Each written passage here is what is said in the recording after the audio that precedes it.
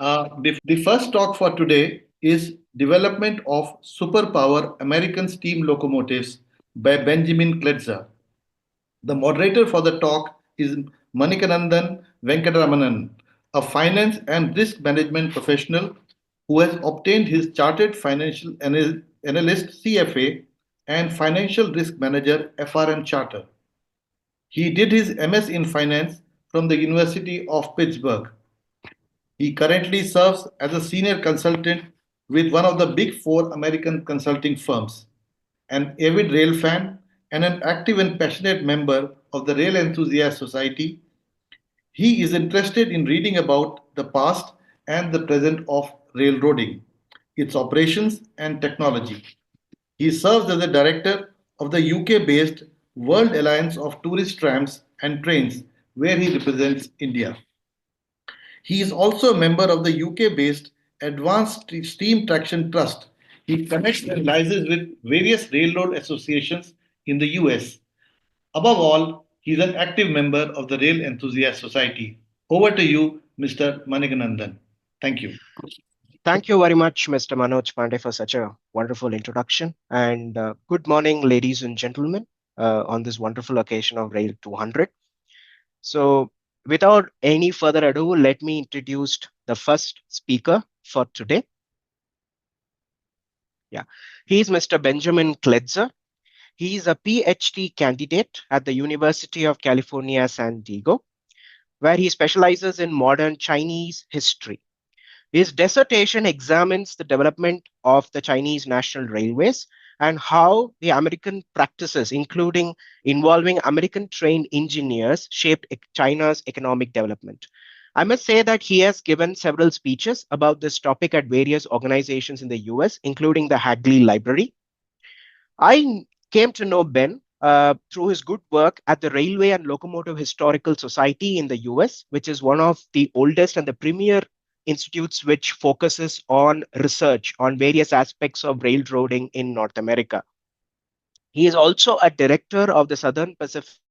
Here, I will start. Yes, excellent. Hold on, let me just set up my screen. All right, perfect. Thank you very much to the Railway Enthusiast Society for having me. I'm very honored to be here and to be speaking today. And thank you, Manny, for the introduction. I look forward to sharing some of my work, in this case, talking about American steam locomotive technology. I am, just as a background, I am an enthusiast of railways around the world. I've traveled around the world photographing steam trains from China to Africa, throughout Europe, and more recently to India for the first time to travel on the hill railways, including Darjeeling and the Kalka Shimla and the Kangra Valley lines. This talk focuses on the development of American superpower steam locomotives, the development, use, and influence of these locomotives worldwide. Fundamentally, let's take back to 1927, nearly 100 years ago, when American steam locomotives resembled very much like India's WP and WD classes, right? Heavy-duty 282s, 462 locomotives that were used for slow freight service, right? Slow speed freight service. And railroads were looking for something that seems very familiar to us today, which is more horsepower. And the fundamental idea was power at speed to move railway tonnage at higher speeds and generate more revenue by moving more tonnage at a higher speed, right? More ton miles, while also fitting the existing infrastructure. So making sure that the railway locomotives could accommodate substantially low axle loads. And the focus on this was in a man named Will Woodard at Lima Locomotive Works in Lima, Ohio. And Woodard had the idea of applying numerous new technologies, which I'll get into individually, onto existing steam locomotives to create a machine that generated more heat in the firebox, more power, and then thus more steam to generate more mechanical power in the drivers. And so to test this idea, Woodard first compared what was at that point one of the most powerful locomotives in America, the H10 282. And this is a typical Mikado, much larger than the equivalent Indian design, but not more powerful, just substantially heavier given the higher axle loading on American railroads. And Woodard then also designed his own locomotive, which was the A1284. And the difference was with that extra axle on the trailing truck, Woodard applied a much larger firebox.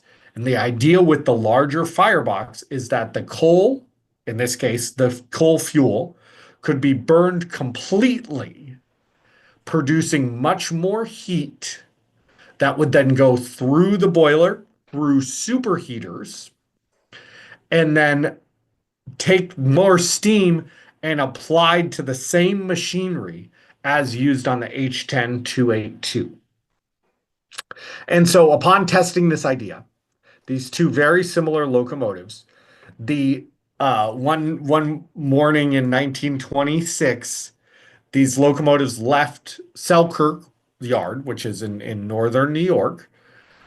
The H10 left, pulling a substantially smaller train, 46 car, 1691 short tons, so that's American tons, train. And about 47 minutes later, the new locomotive led a 54 car, 2296 ton, larger train. And not only did the newer locomotive catch up to the slower train, but it caught up and passed the other train, arriving at North Adams Junction about 100 miles away, 10 minutes ahead of the other locomotive, proving the concept of this larger firebox to burn coal completely. So from this test, Woodard developed the ideas behind a superpower steam locomotive, which was a 4-axle trailing truck to support a much larger firebox. The next idea was, how do we get more power out of this, right? Well, as we all know, right, larger driver wheels on a steam locomotive are typically for higher speeds, right? So Woodard applied larger driving wheels to freight locomotives, in essence, allowing freight locomotives to move at higher speeds. This was then coupled to a much larger boiler equipped with superheaters, a feed water heater, which would then heat up the water coming from the tender, injecting hot water into the boiler instead of cold water, allowing evaporation much quicker, and a front end throttle, which is a device mostly applied in the United States, which allows more smooth application of power than a traditional dome throttle, which you see on WP, for example, where it is through the boiler. The front end throttle is actually through the outside of the locomotive and then applies inside the locomotive from the very front, right before the steam enters the cylinders. And so as this idea was formulating, the Van Swigeren brothers of Cincinnati, Ohio, came up with they owned several railroads, including the Nickel Plate, the Erie Railroad, the Chesapeake and Ohio, and the Pierre Marquette. And their idea was that since they owned these railroad lines together, they were going to design locomotives as one group. And seizing on Woodard's ideas, this group designed the Erie 284s, which took Woodard's idea and added larger drivers, creating a locomotive that can move at much higher speeds. This locomotive, the Erie 284, then was able to move substantially faster, hauling the same amount of tonnage at higher speeds, generating more revenue by moving the train across the road quicker, without neglecting tonnage. That same group then enlarged that design by one axle to create the Chesapeake and Ohio 210-4 in 1930, and then eventually created a standard design in 1934, which we'll talk about in a second. So as we get these ideas now of superpower design, you get you get a few wheel arrangements that are used around the country. And the first we'll talk about is a 464, which is a high-speed locomotive design. Four pony axles, 6 drivers, 4 trailing axles. And the idea behind this was that you would have maximum power at maximum speed. And so you created these locomotives, most famous being the New York Central Hudsons of 1927 and the Super Hudsons of 1934 to 1936 that could haul 15-car passenger trains at over 100 miles an hour. The best used on flat railroads. But the idea is that the locomotive could move the higher number of tonnage, higher speed, with minimal coal and fuel consumption. And these were very successful. So these were mostly used on the East Coast of the United States, New York Central being the most famous one. But several of these designs broke 100 miles an hour. Of course, not nearly as fast as the British designs, but the fastest steam locomotives in the United States. And the next, which we've talked about briefly, right, was the fast freight locomotive, the 284, also known as a Berkshire, after the first railroad to use them, the Boston and Albany Railroad. And the Berkshire locomotive was perfect for fast freight, both on hilly terrain and flat terrain.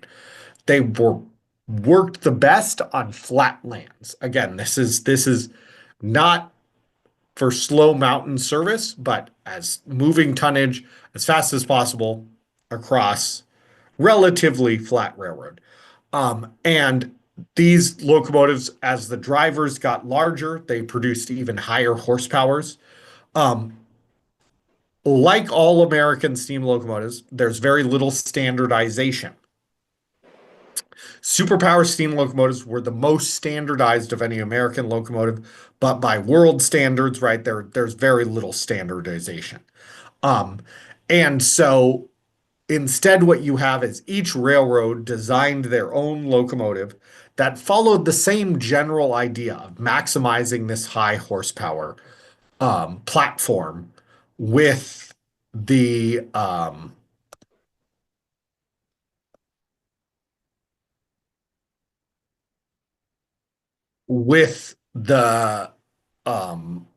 best application of technologies for the individual railroad.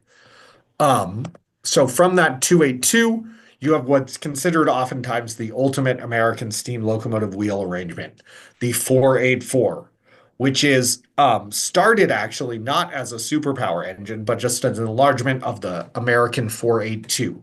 And then in 1936 to 1944, this becomes the ultimate in American steam locomotive power. These were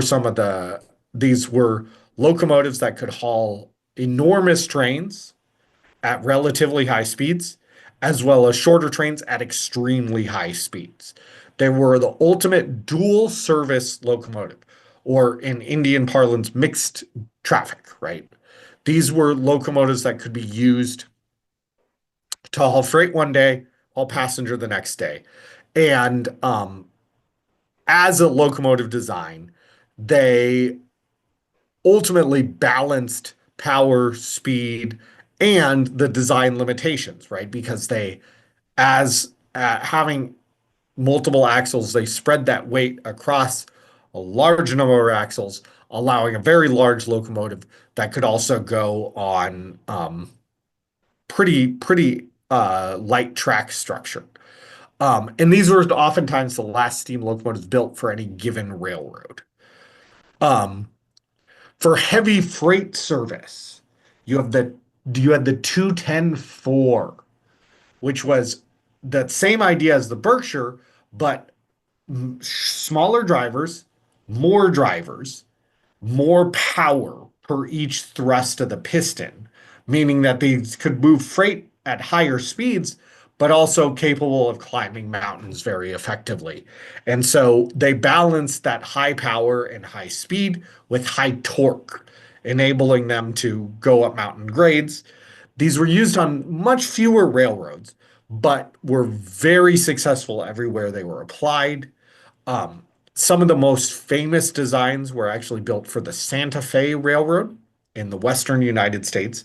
These engines with drivers of 74 inches, which is larger than the WP class in India, um, were not just able to move huge tonnages, but were able to move huge tonnages at over 80 miles an hour, making them both mountain climbing locomotives and high-speed hauling locomotives.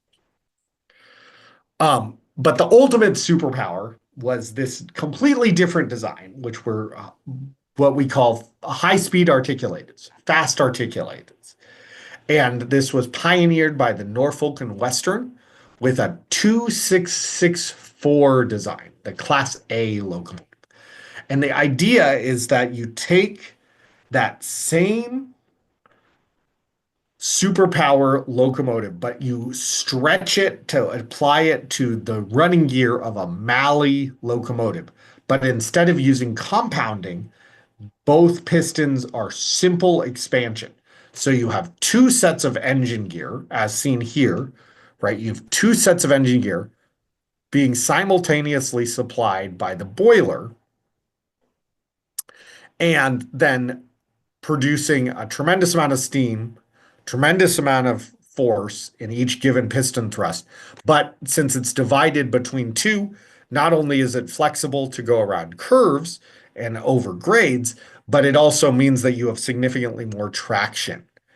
And so this design quickly expanded into the locomotive you see here, the 2666, which was used on the Chesapeake and Ohio Railway.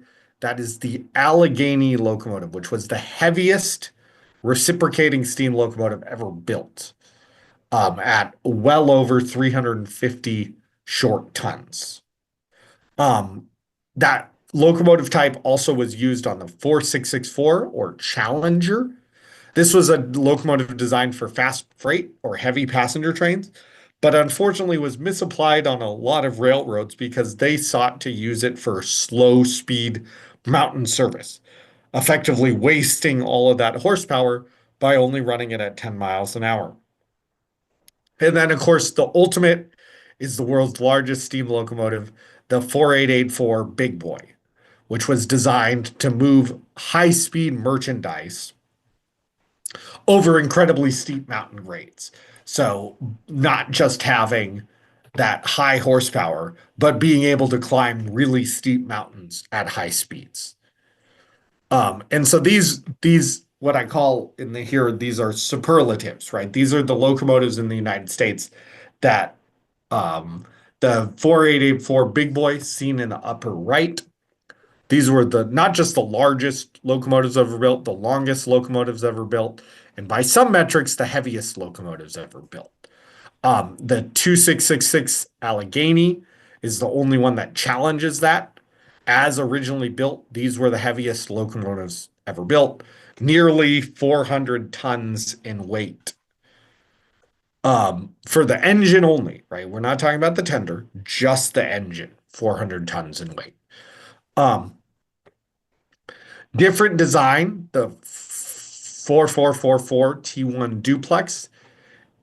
Duplex is a different design of locomotives, but the same superpower principle applies. This was the arguably the fastest locomotive in the United States, with allegedly reaching 130 miles an hour, making it the fastest locomotive in the world, although that was not officially timed, unlike the Mallard and in the UK. And then finally, we have the Q2 duplex, 4464, which is again another duplex locomotive. This was the most powerful steam locomotive ever built, generating 8,000 horsepower at 35 miles an hour. Something that only electric locomotives can do nowadays. Fortunately, we're lucky that there are a lot of examples of superpower steam locomotives left operating today in the United States. So it gives an opportunity for all of us to see them at some point. The first is the nickel plate Berkshires, right? These high speed flatland freight locomotives. Here's one climbing the mountains of Pennsylvania, proving that not only were they flatland locomotives, but they could, of course, also climb mountains. This locomotive, number nickel plate 765, currently operates in Indiana in the central United States, and it operates a very intensive schedule. So if anyone is over in the United States in the summer or fall, I would make Indiana a priority to see this locomotive running. Arguably the most beautiful locomotive in the United States, if not the most beautiful train, what they once called the most beautiful train in the world, is the Southern Pacific Daylight. The locomotive itself, Southern Pacific 4449, is of the Golden State class, Golden State being a nickname for California. This class of locomotive was built to haul high-speed passenger trains. And not only that, they were capable of working at high speeds, but also climbing stiff mountain grades as a 484 design. This example is now running in Oregon in the northwestern United States. And it's one of the few streamlined locomotives left, as you see with the paint and the streamlined touches. Another example of a streamlined 484 was the Norfolk and Western J class.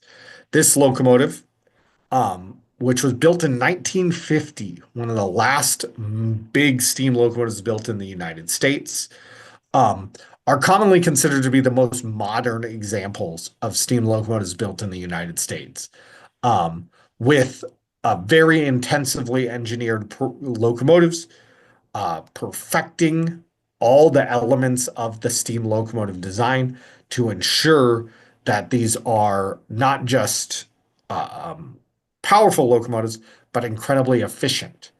And this engine, Norfolk and Western 611, currently operates in the southern United States. And last but not least, of course, definitely not least, is the world's largest operating steam locomotive, member of the world's largest class of locomotives, the Union Pacific Big Boy, Union Pacific 4014, which now operates for Union Pacific still in excursion service. Seen here this summer, climbing the Sierra Mountains in California.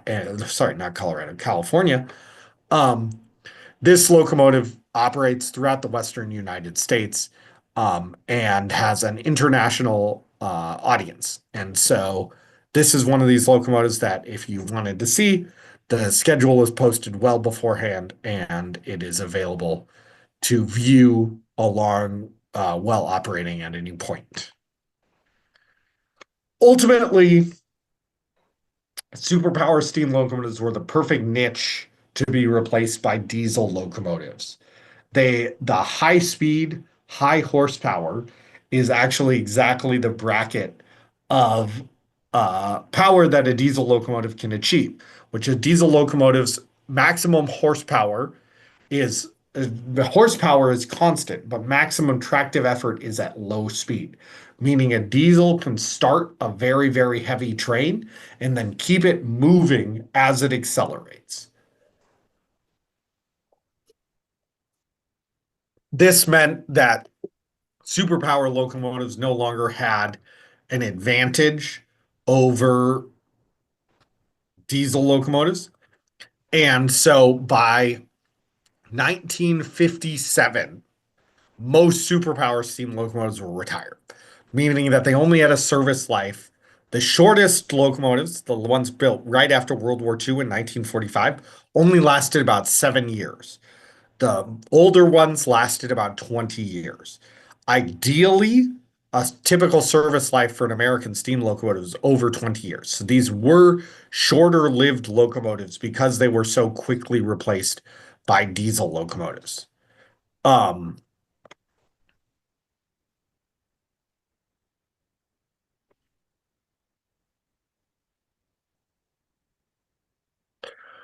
Influence abroad. So while superpower steam locomotives were replaced in the United States by 1960 and only remain in excursion service since then, they had tremendous influence abroad because as the highest speed, highest power American locomotives, they influenced visitors to the United States and anyone viewing American technology. Some of the biggest examples of this were on the Soviet railway system, where the Soviet railways, after the Nazi invasion, were trying to rebuild a new system after 1945. And one of the most powerful and popular Soviet designs, it was the P-36, a 484 locomotive that if you can look at this, it's obviously very American influenced. In fact, there's very little on this locomotive that's not an American locomotive. Um, and the result of this is it's not just the Soviets copying American designs, it's that Soviet engineers actually visited the United States, viewed these designs, and then applied their knowledge to build a parallel locomotive. This is not a copy of an American design. It's just deeply influenced by American designs to create what many of us find to be a very attractive locomotive. A less successful example was the 23001, which was a 210-4, again, attempting to do the same thing, which was building an American-style freight locomotive. Unfortunately, this was substantially overweight for Soviet railways, and the Soviets did not have the infrastructure to support this locomotive, and unfortunately, it never entered service. And the ultimate example was the 2884 P38 experimental locomotive. There are YouTube videos of this operating online, but it was the largest locomotive ever built in the Soviet Union. And it, like the 23001, was far too overweight for Soviet railways, but it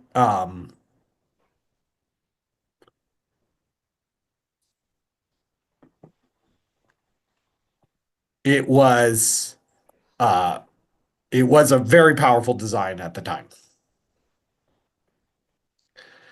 More influence abroad.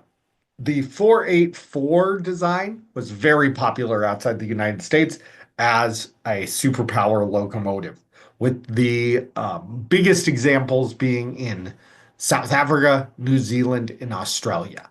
In New Zealand and South Africa, New Zealand being up top, South Africa down here, these locomotives were used on 3-foot 6-inch, so 42-inch gauge track, Cape gauge, slightly larger than Indian meter gauge. But they were very heavy locomotives and obviously both influenced by American design to achieve the most power in a very compact space. which again is what superpower allowed, is that the best application of horsepower. In Australia, the 484 locomotive was applied on broad gauge.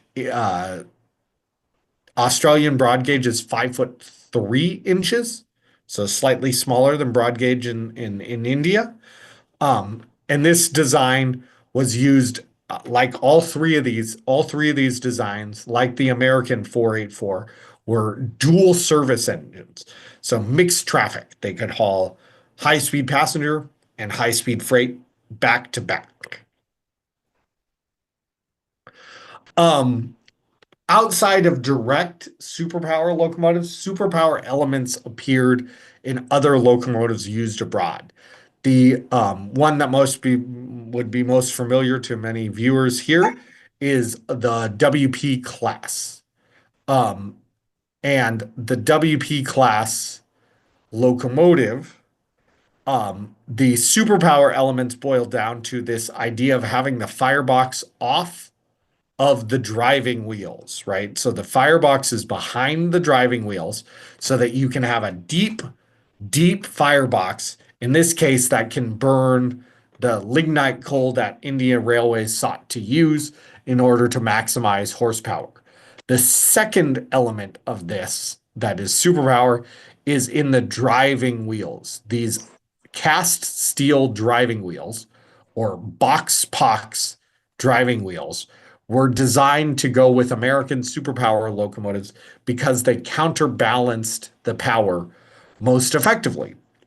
These were then applied to the WP class locomotives, where they worked on the WPs for many decades. And then similarly, the same design elements of putting the firebox off of the back driving wheels, allowing a deep firebox that could burn coal completely, and box drivers were also then applied by China to use in China's standard steam locomotive designs, also after World War II, including the QJ and JS designs. So this is again where the American influence transcends. And so on that note, I will stop the show and be available to answer questions. Okay. Thank you very much, Ben. That was a wonderful session. It gave us a beautiful overview of the designs, the superpower designs in the United States and what influence it had on the world. Very interesting talk for any budding rail fan. So this is something that has personally interested me as well, as you can see from my background image. So that's the PR to-play queue which you are talking about. I think that's one of the steam locomotives in the background. But we do have Yes, exactly. some questions.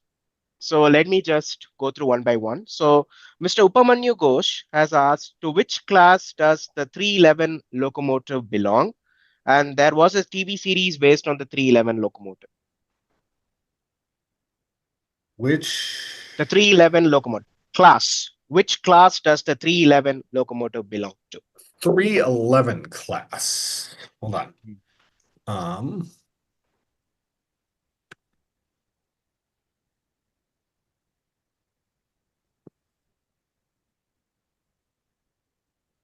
So the 311 class, I'm not familiar with this TV show. Can anyone send me a link to the TV show?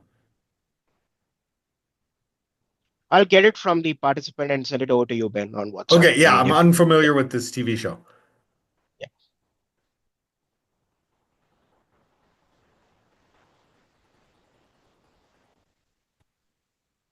Mani, next question. Yeah, we'll move on to the next, Ben. Maybe we can take this offline over WhatsApp, and we can connect with the participant and we can send the response to him by mail. So Yeah. we'll move on to the next question. So Mr. Anand Venkateshwaran was asking about DMIRR locomotives. I think he was referencing the locomotives of the Duluth, Missa Bay, and Iron Range Railroad of Minnesota. So can you give us some information about locomotives of that particular railway? Yeah, here, let me show an image.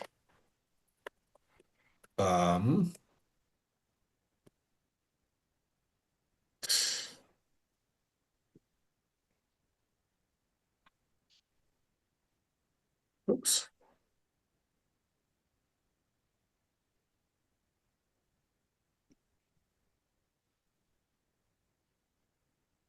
Oh,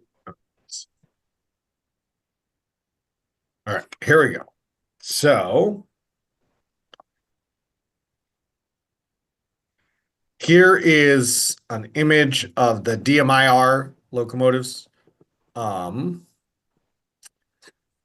So this is a 2884 locomotive. And the reason why I did not discuss this actually in the talk was because these locomotives were designed as a superpower locomotive with the four-axle trailing truck, but they don't actually follow the superpower design. And so the biggest thing is that this design, instead of being for high speed and high horsepower, is to maximize power and maximize tractive effort. And so the ideal design operation speed of that locomotive was actually really slow, relatively unlike the superpower locomotives that are designed to run at 40 miles an hour to 100 miles an hour. The DMIR Yellowstones, Yellowstone is the name for this locomotive type, were designed to run at about 10 to 15 miles an hour hauling iron ore. That was the main traffic of the DMIR, the Duluth-Mesabian Iron Range being the operative word. And iron ore, of course, unlike refrigerated goods or passengers, has no deadline to get anywhere, right? Iron ore doesn't have to be moved at high speeds. And so maximum power was the goal. And so one of the reasons why I didn't talk about the DMIR locomotives is, well, by wheel arrangement, they are superpower design. They actually aren't a superpower locomotive in terms of design application, right? That it's still a slow speed engine. Some people consider that to be one of the more powerful locomotives ever built. That's one of these things that are debated. I'm sure you see this in the United States, and in India and elsewhere, where everyone has their favorite locomotive, and they think, of course, that this locomotive is the most powerful. No, that locomotive, but the DMIR is very popular. The 311 locomotive is related to the clinch field. Okay, so that would be the Clinchfield Challenger, which is a 4664 design, like that Challenger locomotive. That is a high-speed articulated. The Clinchfield line, also known as the Cincinnati, Chicago, and Ohio. Okay, didn't get to Cincinnati, didn't get to Chicago, didn't get to Ohio. Did do a shortcut through the coal country. Was a later built American railroad that effectively shortcut other railroads to offer high speed passenger service and high speed freight service. And so the superpower locomotives were ideal for the Clinchfield because in that shortcut design, they could then move trains at higher speeds and effectively connect the railroad faster. Okay. Thanks for that, Ben. So moving on to other questions. I know that you had already mentioned about the service life of the superpower steam locomotives, but if you can give some more clarity, what are the designs which were the most long-lasting and what were relatively less long-lasting, and the reasons for that? I think that could also answer Mr. Apurva Bahadur's question. My question was that which is the longest serving steam locomotive? I know the diesel age came early so that you had to retire locomotives much before their service life. But what was the longest life? Did anything last 30 years, 40 years in service? Yes, Ben. Yes. So unfortunately, the superpower steam locomotives, very few superpower steam locomotives lasted 30 years in service, just because most of them were built in 1930 to 1940. And these locomotives were then replaced by diesels. However, when diesels came on American railways, the average locomotive age in America was 45 years. So the vast majority of American locomotives were much older than the superpower locomotives. And while these locomotives were the most glamorous, maybe, and the highest power, highest speed, the majority of American locomotives were designs built before World War I even, or around World War I. And so at the time they were replaced by diesels in the 1950s, 1950 to 1960, they were about 45 years old. Yes. That said, like India, there were individual locomotives that lasted a very long time. There were no locomotives in the United States that were running in regular service for 100 years. However, there have been locomotives that have now run in heritage service. There are numerous examples of locomotives that have run in heritage service with the original boiler, original drivers, original locomotive, right? The entire locomotive has operated for over 100 years. And some of the examples of this are in Colorado on the narrow gauge, the American narrow gauge, which is 3 feet wide. The big locomotives that run there are all over 100 years old now, and they've all been running for 100 years. They've never stopped running at any point. So they're very much like the DHR locomotives, which have been running in Darjeeling for over 100 years. Thank you, Sure, Saurabh. Ben. So we have two questions, two interesting questions straddling on opposite sides of the spectrum. One is on art, the other is technical. So would you like to go with the art first or the technical one first? I'm giving the choice to you. Um, I'll do technical. Okay. So, her Hemo has asked about the front end throttle. So I think in one of your slides, you had asked, you had mentioned about the design elements of high-speed steam, and one of that was front end throttle. So he is just asking about the functionality of it and what it actually represents. Is it for Yes, superheated so steam as opposed to saturated steam? Yeah. So a front end throttle is only on superheated locomotives, and a regular dome throttle is applied in the steam dome before the steam enters the dry pipe, eventually Hmm. getting to the superheater if there's a superheater, and then going to the pistons. Okay, Yeah. this means that there's a big amount of space where the steam is moving between the throttle and the pistons. Okay. And this means that when you close the throttle, you have a significant amount of time where there's still steam before the pistons actually stop getting steam, right? And the idea of a front end throttle was putting the throttle out of the dome and in the front end of the locomotive after the superheaters. So that instead of controlling the steam before the superheaters, you controlled the steam after the superheaters. When the steam was dry and more condensed, more powerful. And so what you had instead is you had an exact control of the exact steam that was going to go in the pistons, but you also were controlling it much closer to the pistons. So there was no delay time. When you closed the throttle, the pistons stopped getting steam. When you open the throttle, the pistons get steam instantly. So it eliminates delay and it allows you to use the superheated steam. Now, of course, you can still use an old-fashioned throttle in superheated locomotives. The WP class are superheated locomotives, but they have a dome throttle. They do not have a front end throttle, right?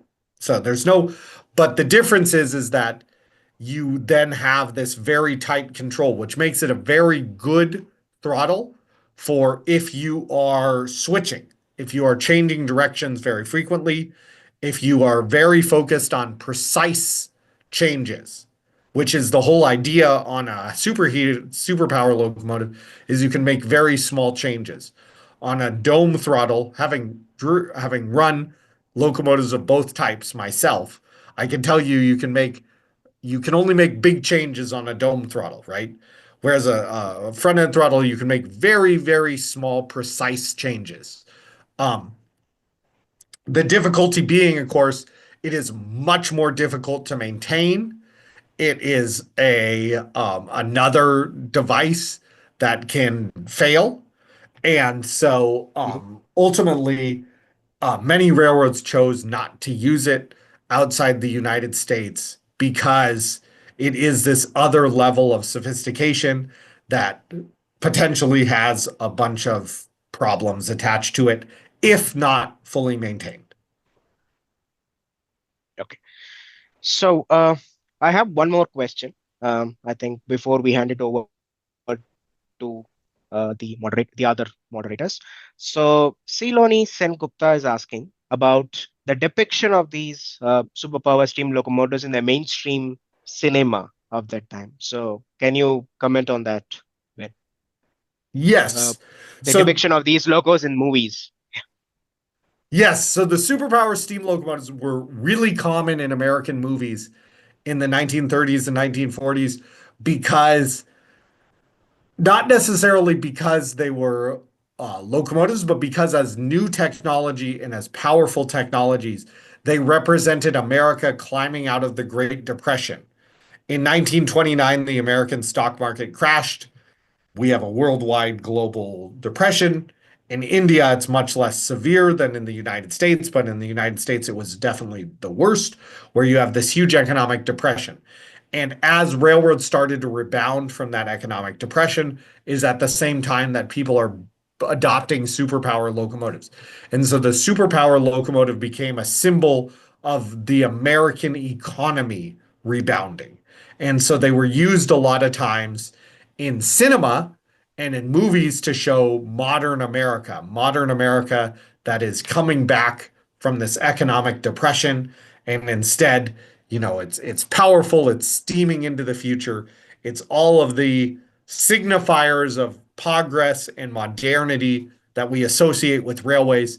But in this very specific moment, it's this new technology that is coming out of an economic collapse. Um, they were then quickly supplanted by diesel locomotives in that role. And so by 1950, diesel locomotives are the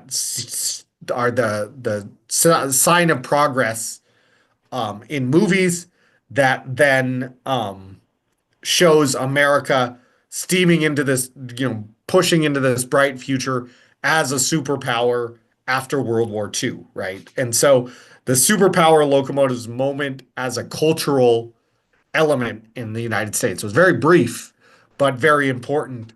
And but nowadays, right, the typical American could not differentiate between types of steam locomotives, right? And so you could have a movie that shows the 1800s that will use a superpower locomotive in it because everyone just thinks of an old steam engine, right? And so that difference has been lost, unfortunately. And instead, you have, of course, that anything with a steam locomotive is dated, and you have numerous movies, including movies of the 1920s, that will have superpower locomotives in them that, of course, didn't exist at the same time as the movie, are younger than the movie's supposed to be, but because it's a steam locomotive, it looks old.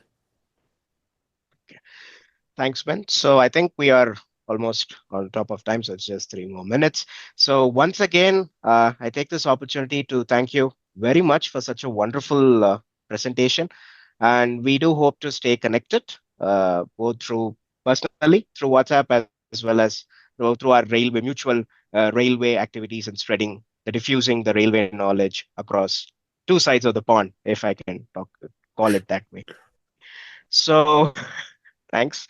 Thanks once again, and be in touch. And over to you, Manojji, or any of the others for continuing with with the other talks.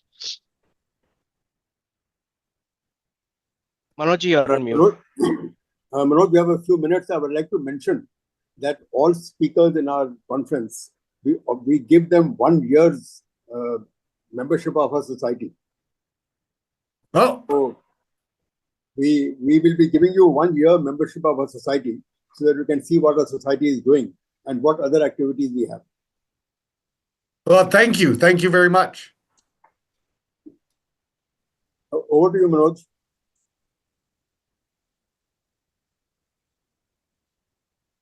Manoj, are you there?